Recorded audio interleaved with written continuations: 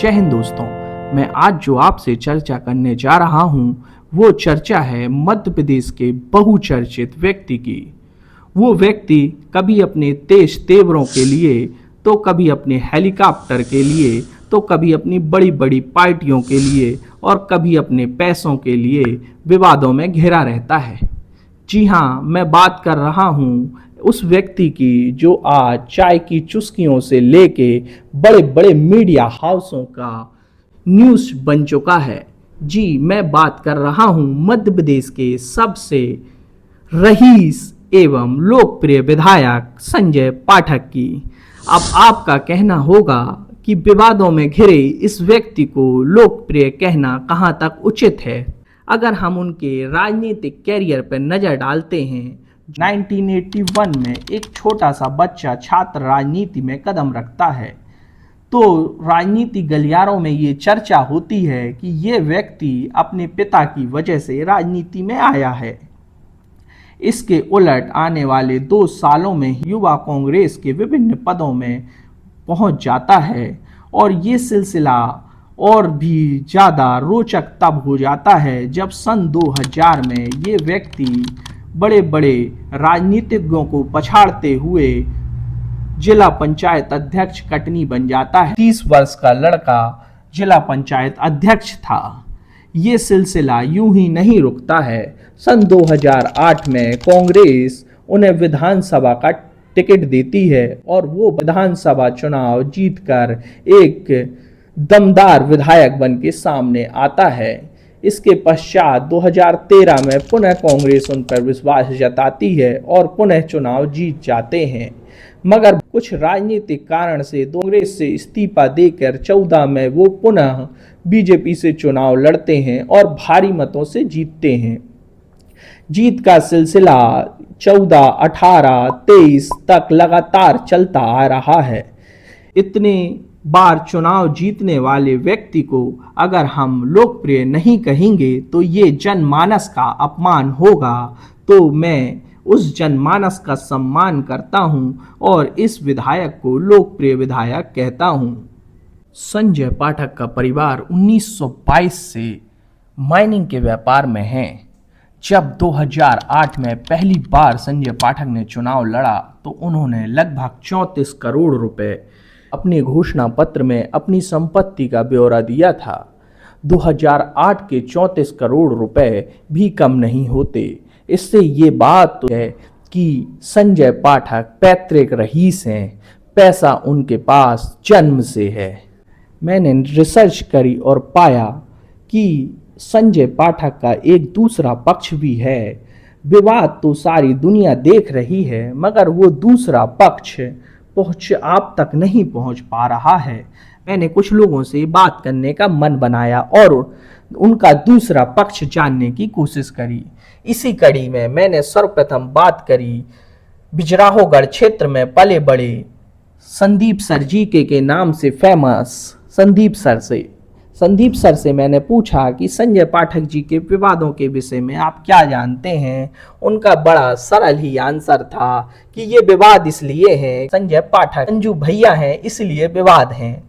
फिर मैंने उनसे पूछा कि आपकी उन पे क्या राय है। उनने बड़े सरल शब्दों में मुझसे कहा कि संजय पाठक हमारे लिए संजू भैया हैं, हमारे घर के सदस्य जैसे हैं।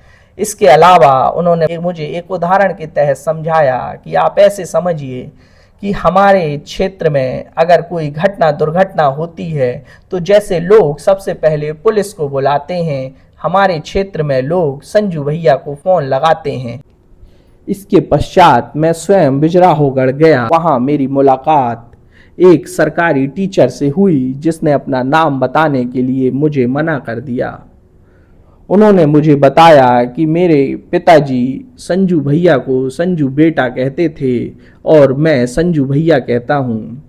उन्होंने बताया संजू भैया हमारे हेलीकॉप्टर में चलत जरूर हैं, मगर हमारे यहाँ आके इसी घर में बैठ के कई बार वो खाना खा चुके हैं। इसके पश्चात उन्होंने ये भी बताया कि कई बार मैं उनके घर गया, लगभग 15 से 20 बार, और बिना खाना खाए मैं उनके घर से नहीं लौटा। और उन्होंने ये भी बताया कि एक बार हमारे गांव यहाँ से एक व्यक्ति जो ट्रक चलाता था बाहर अपना ट्रक लेकर गया हुआ था। पुलिस ने उसे पकड़ा और ना जाने किन कारणों से लगभग उसे बैठा ही लिया। उसका फ़ोन हमारे पिताजी के पास आया। हमारे पिताजी तुरंत ही संजू भैया के घर पहुँचे। संजू भैया घर में मौजूद थे। उन्होंने सारी घटना से अवगत कराया। संजू भैया ने तुरंत फ़ोन लगाया और अपने संपर्क सूत्रों से बात करी। जब बात बनते नहीं दिखी तो पिताजी ने मुझे बताया था कि वो स्वयं बैठे हुए थे और संजू भैया ने कह दिया कि ठीक है, अगर वो तुम्हें अपराधी लगता है तो मैं भी आ जाता हूँ, मैं भी अपराधी हूँ, और अगर तुम्हें ये लगता है कि उसे तुम बैठा लोगे तो मुझे भी जेल में बंद कर दो। थोड़ा गर्म माहौल होने के बाद अधिकारी ने बातों को समझा और उस व्यक्ति को छोड़ दिया। इसके पश्चात और भी लोगों से मेरी चर्चा हुई। उस चर्चा के दौरान मुझे पता चला कि संजय पाठक जी के यहाँ पूरे टाइम खाने की व्यवस्था अपने क्षेत्रजनों के लिए रहती है। जो निर्धन लोग हैं उनके घर में अगर बच्चियों की शादी होती है तो संजू भैया की टीम उसमें पूरी मदद करती है, और अगर किसी के घर में, निर्धन व्यक्ति के घर में कोई गमी हो गई है उसके लिए भी संजू भैया और संजू भैया की टीम पूरी मदद करती है। इसी के बाद मैं कटनी पहुंचा और अपने एक पुराने मित्र से मिला और मैंने उससे पूछा, मुझे एक बात बताओ जो मैं बहुत समय से तुमसे पूछना चाह रहा था कि तुम कांग्रेस छोड़ के बीजेपी में क्यों आ गए।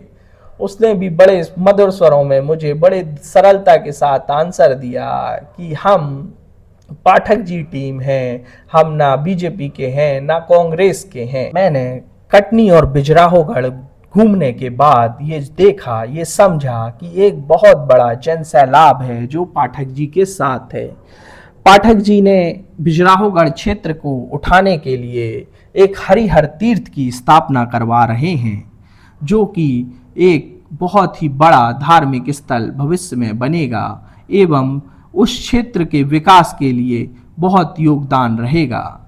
इसके अलावा मुझे ज्ञात हुआ कि कटनी क्षेत्र में लगभग 10 करोड़ की लागत से एक अस्पताल बन रहा है। लोगों का कहना है कि वो भी माननीय संजय पाठक जी बना रहे हैं। मैं ये नहीं कहता कि जो न्यूज़ चैनल, बाकी सोशल मीडिया इनके बारे में बता रहा है वो गलत है। ये पाठक जी का दूसरा पक्ष है, वो भी एक पक्ष हो सकता है, मगर ये भी पाठक जी का दूसरा पक्ष है और हर व्यक्ति के दूसरे पक्ष को जानना बहुत जरूरी है, क्योंकि मीडिया लोकतंत्र का चौथा स्तंभ है। इसका कार्य है कि व्यक्ति के दोनों पक्षों को जनता के सामने रखना, और जनता का भी काम है कि सारी खबरों को दोनों पक्षों से सुनना, समझना।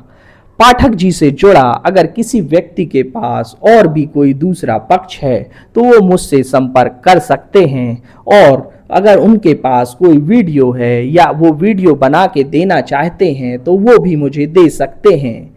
हमारा काम ही है दूसरा पक्ष दिखाना।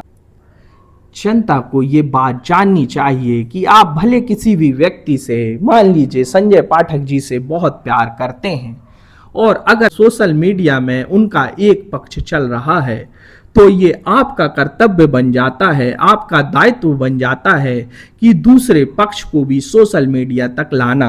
आपके दिल में जितना भी प्रेम होगा पाठक जी के लिए या किसी भी अन्य व्यक्ति के लिए, जब तक आप उसे सोशल मीडिया के जरिए दुनिया को नहीं दिखाएंगे तो वो प्रेम दुनिया को कैसे पता चलेगा।